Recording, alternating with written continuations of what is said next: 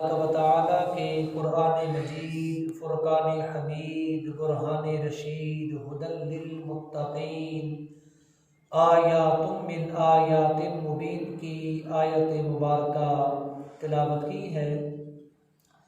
جیسا کہ آپ سب حضرات کے علم میں ہے، ماہ جمادی الثانی شریف کا پہلا جمعۃ المبارک ہے اور آج جمادی الثانی کی 1 تاریخ ہے۔ یہ اسلامی مہینہ اپنی شان کے ساتھ، اپنی برکت کے ساتھ، اپنی رحمت کے ساتھ شروع ہو گیا ہے، اور آج جمعے کے دن اس مہینے کا آغاز بھی جمعے کو،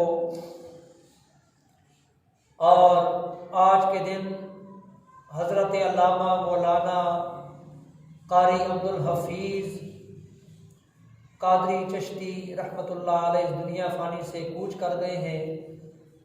خطیب امام دربار عالیہ بابا سخی شہید رحمۃ اللہ علیہ کے امام خطیب تھے، اور بڑا انہوں نے دین کا، اسلام کا، سنت کا کام کیا۔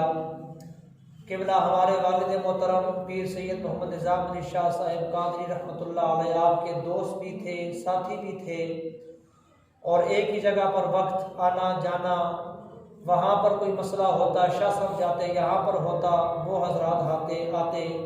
اللہ تعالیٰ عبدالحفیظ کیانی صاحب کے درجات بلند فرمائے، آمین، آخری منزل آسان فرمائے، اللہ تعالیٰ اپنی جبال رحمت میں جگہ عطا فرمائے۔ اور مسئلہ اس طرح ہے کہ جس کی موت جمعے کے دن ہوتی ہے، روایت میں آتا ہے کہ اس سے عذاب قبر اٹھا لیا جاتا ہے۔ بے شک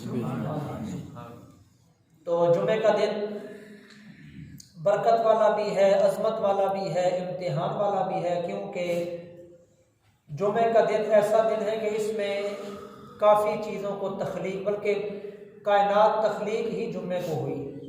آسمان بنے جمعے کو، زمینیں بنی جمعے کو، حضرت آدم علیہ السلام کی تخلیق ہوئی جمعے کو، کرب و بلا کا واقعہ جمعے کو، قیامت بھی جمعے کے دن آئے گی۔ اللہ جی، تو بس اللہ تعالیٰ ہمیں اپنے فضل و کرم کے ساتھ، اپنی رحمت کے ساتھ اللہ تعالیٰ ہمارے گناہ کو معاف فرمائے، اللہ تعالیٰ ہماری نیکیاں قبول فرمائے۔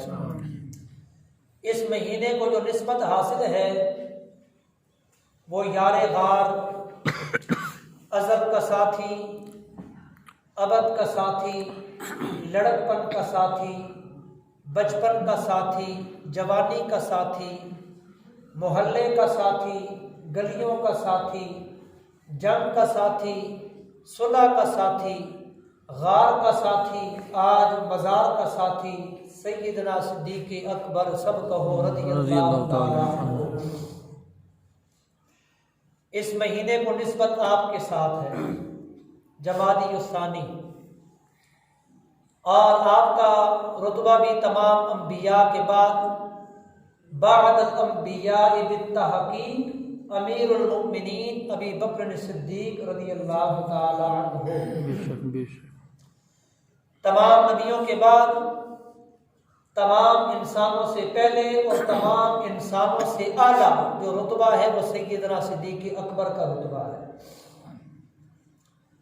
سیدنا صدیق اکبر رضی اللہ تعالی عنہ، یہ آیت کریمہ قرآن پاک میں اللہ تعالیٰ نے فرمایا والذی جاء بالصدق وصدق به اولئک هم المتقون۔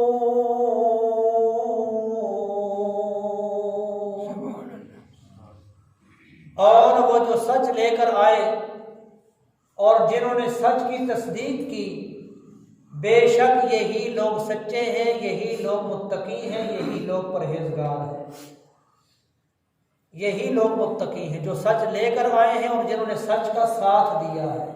کیسے ساتھ دیا ہے کہ حضور علیہ السلام نے جب اعلان نبوت، نبی تو آپ ازل سے ہیں، سب سے پہلے نبی ہی آپ ہیں، لیکن جب اللہ کے حکم سے آپ نے نبوت کا اعلان کیا تو سب سے پہلے بغیر دلیل کے ماننے والے سیدنا صدیق اکبر ہیں۔ سبحان اللہ۔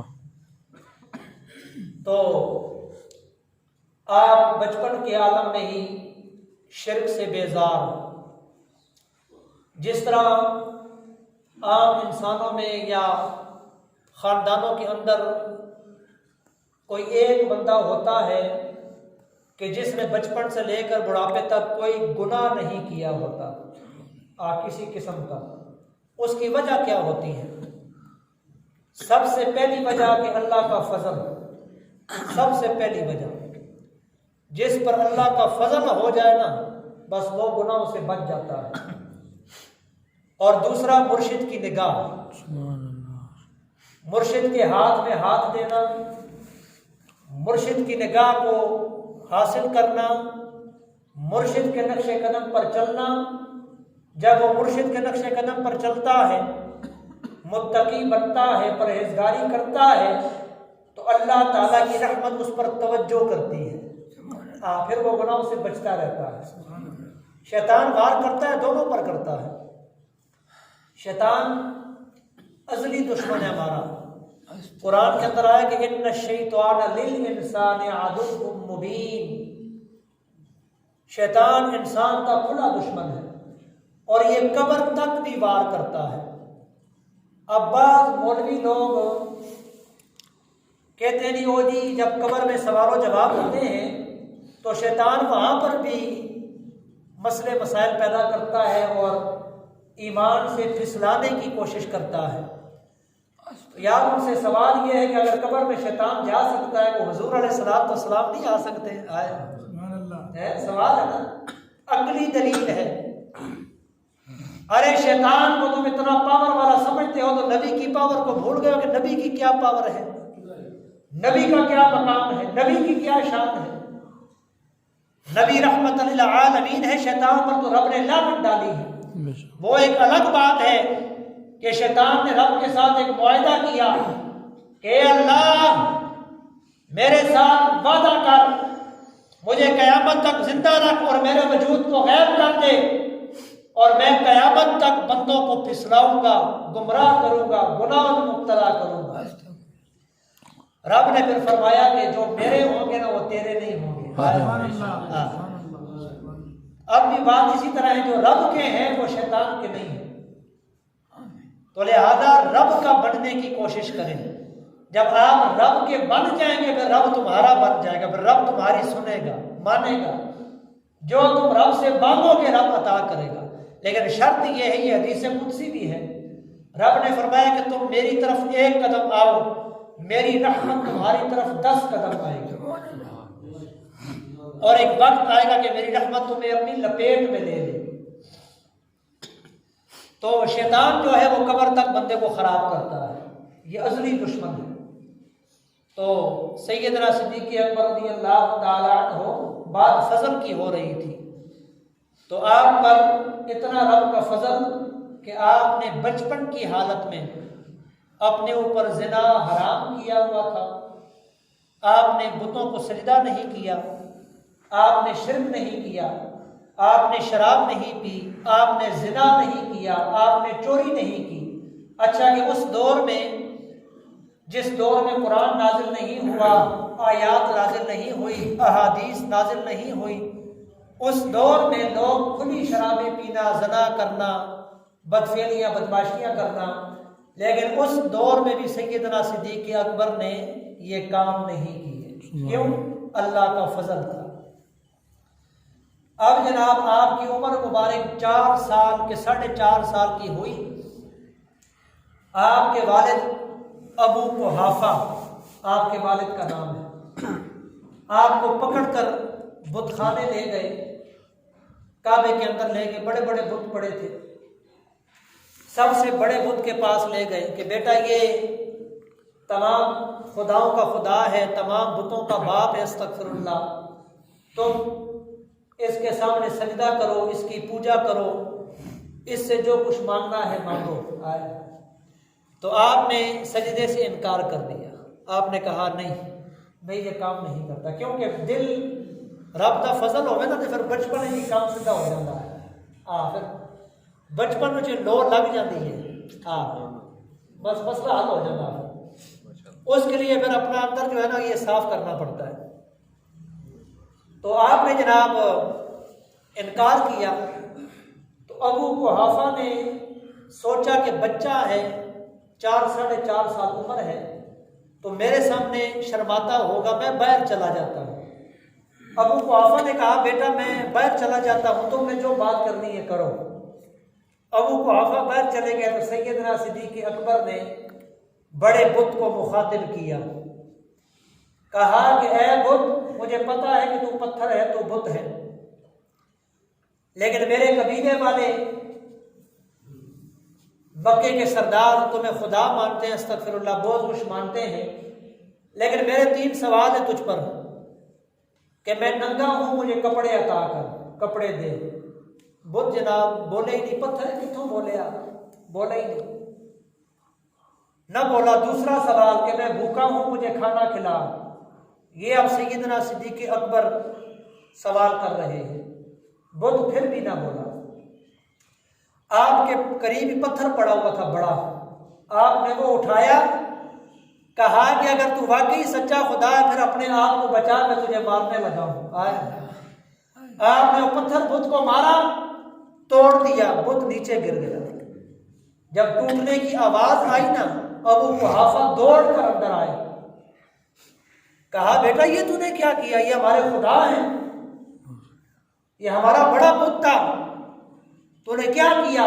مار دیا، گرا دیا، توڑ دیا اس کو، یہ تو نے بڑا گناہ کیا ہے، بڑا یہ کیا ہے، وہ کیا ہے۔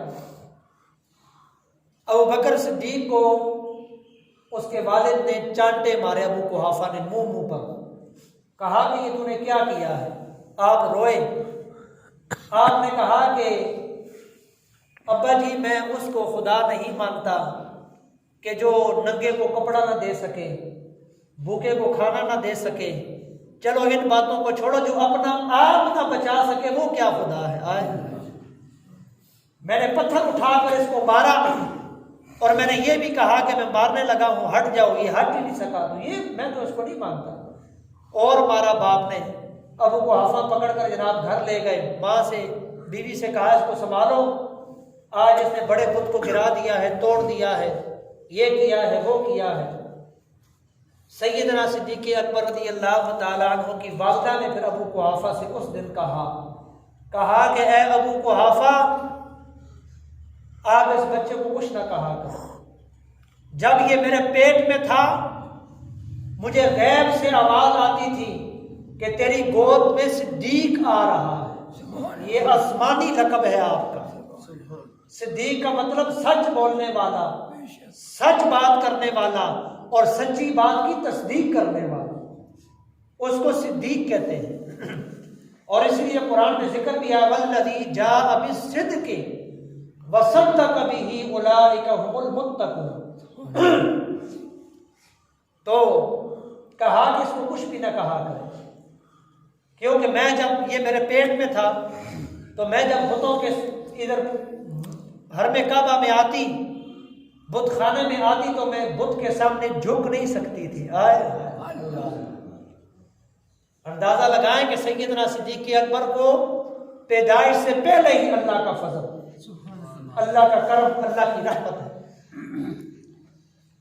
تو آپ جناب پروان چڑھتے گئے، کرتے کرتے آپ اپنے قبیلے میں آؤ جناب، ایک ماہر، ہر قسم کی فن جاننے والے، تجارت کے معاملات میں، بات چیت کے معاملات میں بالکل نڈر، غریبوں کے ساتھ تعاون کرنا، مظلوموں کے ساتھ کھڑے ہونا، کسی بچے پر، جانور پر، عورت پر ظلم ہوتا اس دور میں، آپ اس کی طرفداری کرتے، اس کی جا کر بات کرتے، کہ جس دور میں بات کرنا مشکل تھی۔ آپ نے بھرپور تعاون کیا، اور آپ بھرپور دلیر تھے، اور تمام قبیلے والے اور تمام امرائے مکہ، رئیس مکہ آپ کے پاس آتے مشورہ کرنے کے لیے، اے صدیق ہمیں مشورہ دے، ہم کیا کریں؟ یعنی کہ آپ مشیر بھی تھے، دلیر بھی تھے، بڑی کوالٹیاں تھی آپ کے اندر، کیونکہ یہ اللہ کا فضل تھا آپ کے اوپر۔ جو بھی معاملہ ہوتا، قافلے کا، تجارت کا، لین دین کا، جو بھی ہوتا، بڑے بڑے امیر، بڑے بڑے رئیس آپ کے پاس آتے۔